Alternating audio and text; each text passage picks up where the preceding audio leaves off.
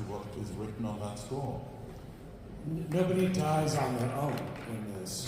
It's all in relation to and in the music. But not only do you have, of course, all your scenes with Tosca, but you and Cavaradossi are also interacting. The whole act is that, and the three of you really there was something going on here today. I haven't ever seen it staged in detail quite like that, not even with you, Sondra. It was different from...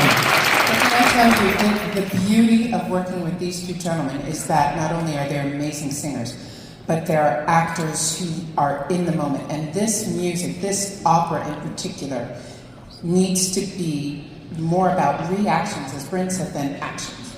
Because everything in this opera is in the moment. It's not, the action does not stop.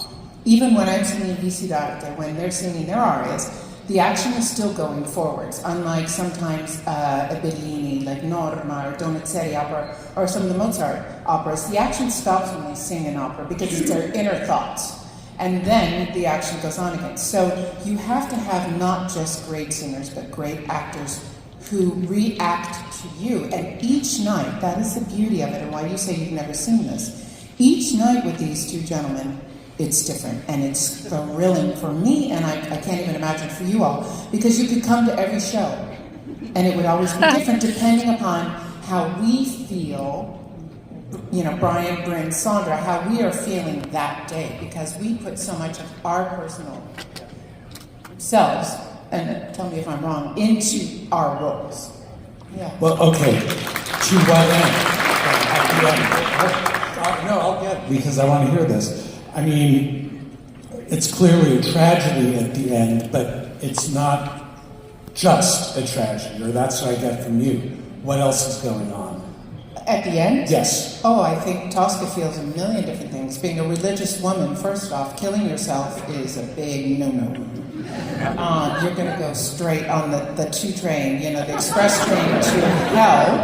And I think, you know, she thinks about that, but I think she has exhausted all her options, and I think that that's what she's feeling. Because right up until that moment, when he's shot, the way I think about the opera is that she completely believes that he's going to be okay, and then when she goes over to him and says, "Hey, come on, let's go," ooh, bad timing.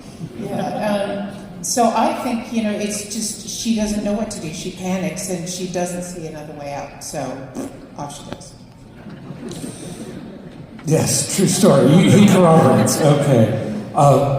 Bryn Terfel, you're not here in Act 3, but you are. What do you focus on? How do you create that? What do you focus on in the idea of Scarpia to make sure everybody's thinking about you from beginning to end, whether you're on stage or not? Obviously, there is a certain sense of the misfit and malcontent and the total misuse of the power that he's been given by a certain queen. But, you know, this is just, how can one fail in the second act? Because it's all there, it's all written. And we even stole something from Tito Gobbi and Maria Callas. I don't know if you saw by the table, but when I was writing the pass for Tosca, I ran the feather up and down her body, and that was Tito Gobbi's. So yeah, no, it was dirty, all of it. Yeah, I know. But as we all say, we are colleagues. We are having fun on the stage. But I break out of Scarpia's character. I cannot look out of the window when Sondra sings Lise Davidsen. I have to turn around and watch her sing this magnificent aria the way she does. I have to come back onto the stage and listen to Brian sing this magnificent Vittoria, Vittoria, which is the denouement for the opera. And once he says those 3 words, which everybody's waiting for. So those exciting moments for me, for instance, is the Te Deum at the end of Act 1.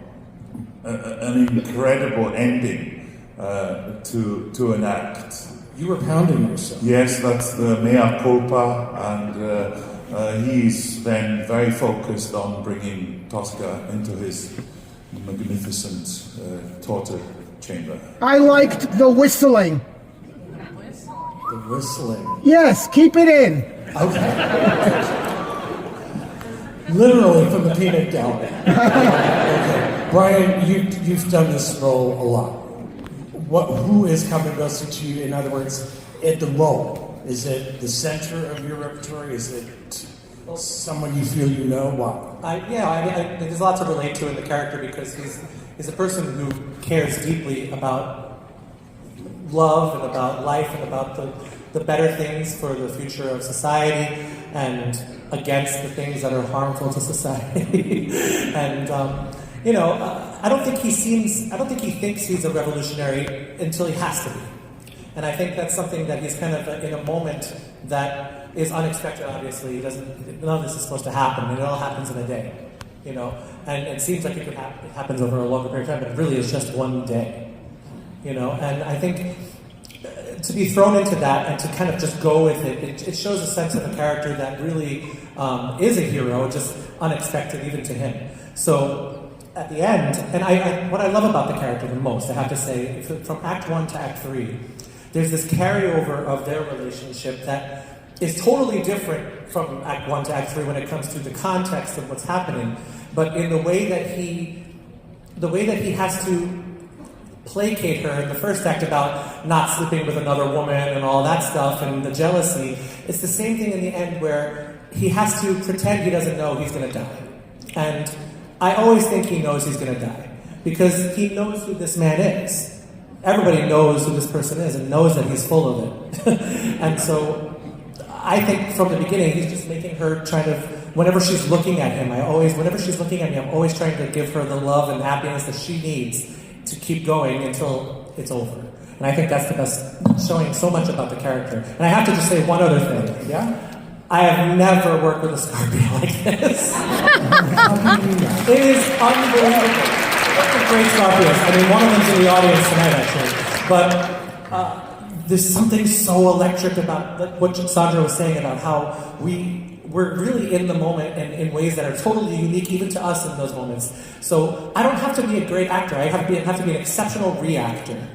And all I have to do is react. I mean, today he did something he never did before, not even in rehearsals. He literally put his head into my head and pushed it sideways. And I was furious as Cavaradossi, and I didn't have to act because that's what he would feel. And I'll tell you, this is an unbelievable team, and I just feel super grateful to be on stage with these legends.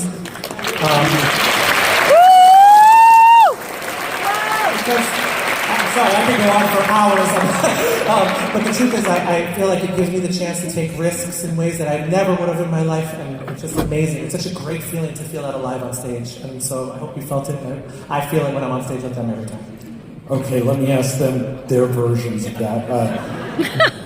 Sondra, you've sung Norma, the Three Queens, the Three Tudor Queens, so many truly iconic roles. Where does Tosca fall in your constellation? Is she all of them? Is she aspects of them? What? Number one, because she is me, and I am her. It's the only opera written about an opera singer, really. If you think about it, it's the only role that I would do, that it allows me to be me. And as I change then as a person,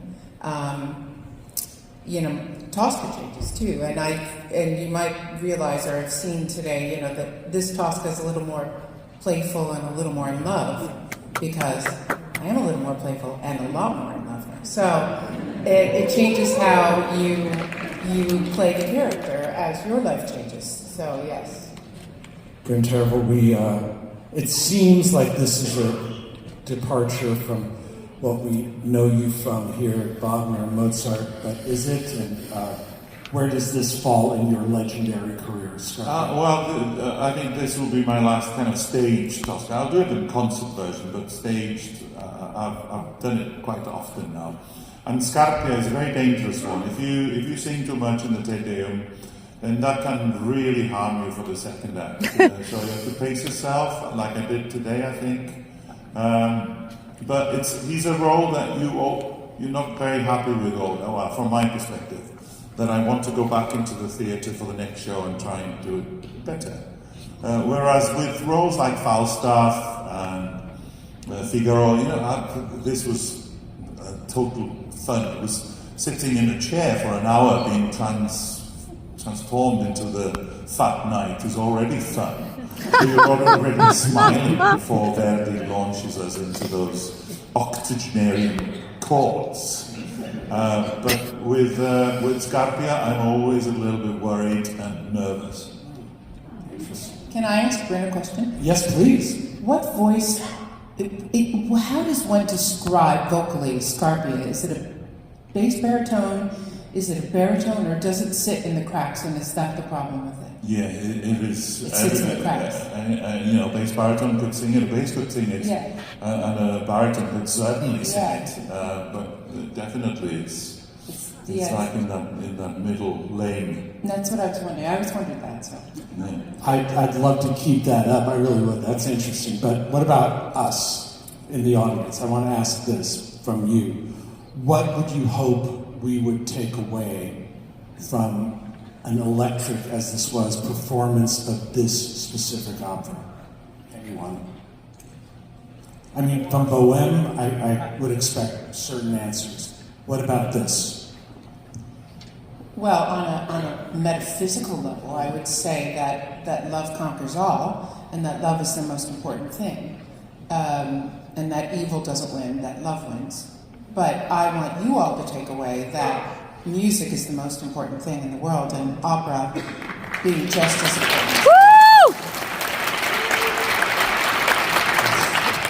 Do you corroborate No, this? totally. And also, like she said earlier, we really feel the energy that comes off the audience. Like, I don't think I've heard people screaming like this in a long time. It was amazing. I've been here for like a few seasons now. They've been here for way longer, and they probably heard it before. But like when the audience goes like that at the end of Act 1 or at the end of Act 2, and you can tell you're into it, and it means that we're giving you everything that we have for that day. And that's all we can ever give you is our best that day, and our hearts are completely open to you. And when your hearts are open to us, it is why we do this. Woo! It is why.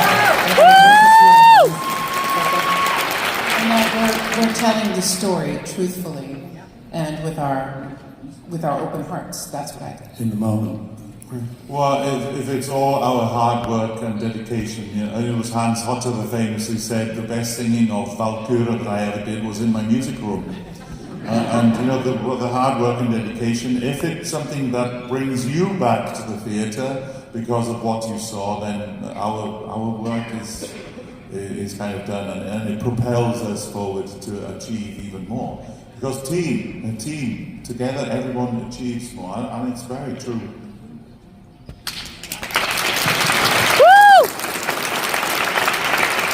I think that's where we should end this, and I appreciate you taking the time, and I appreciate you taking the time.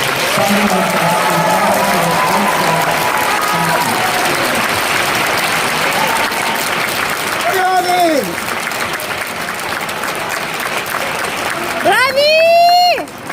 Bryn Terfel! Woo!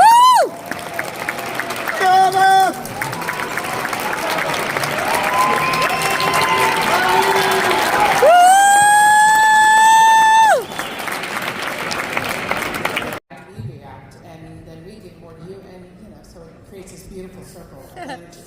So I'll speak for myself. I'm quite wired. So. And okay, so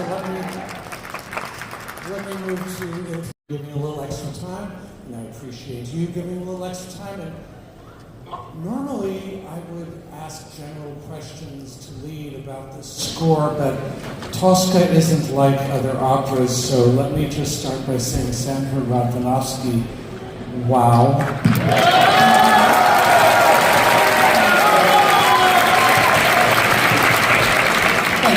Can you tell us, can you bring us into the moment, where are you right now in this moment? Is it exhilaration, exhaustion? Dead. Yes. Right now, this is something called an adrenaline high for me. Doing that jump is really a heck of a lot of fun. I know. And working with these two gentlemen here, I have to say, is truly a dream come true. I could not think of 2 more times. Yeah. So yes, I am happy, I am ecstatic, And you all were amazing today, and you feed us.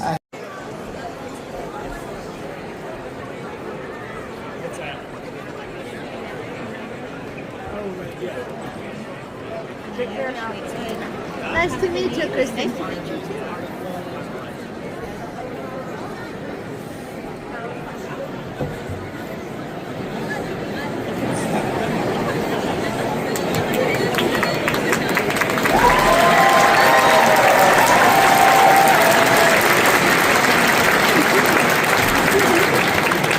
Good.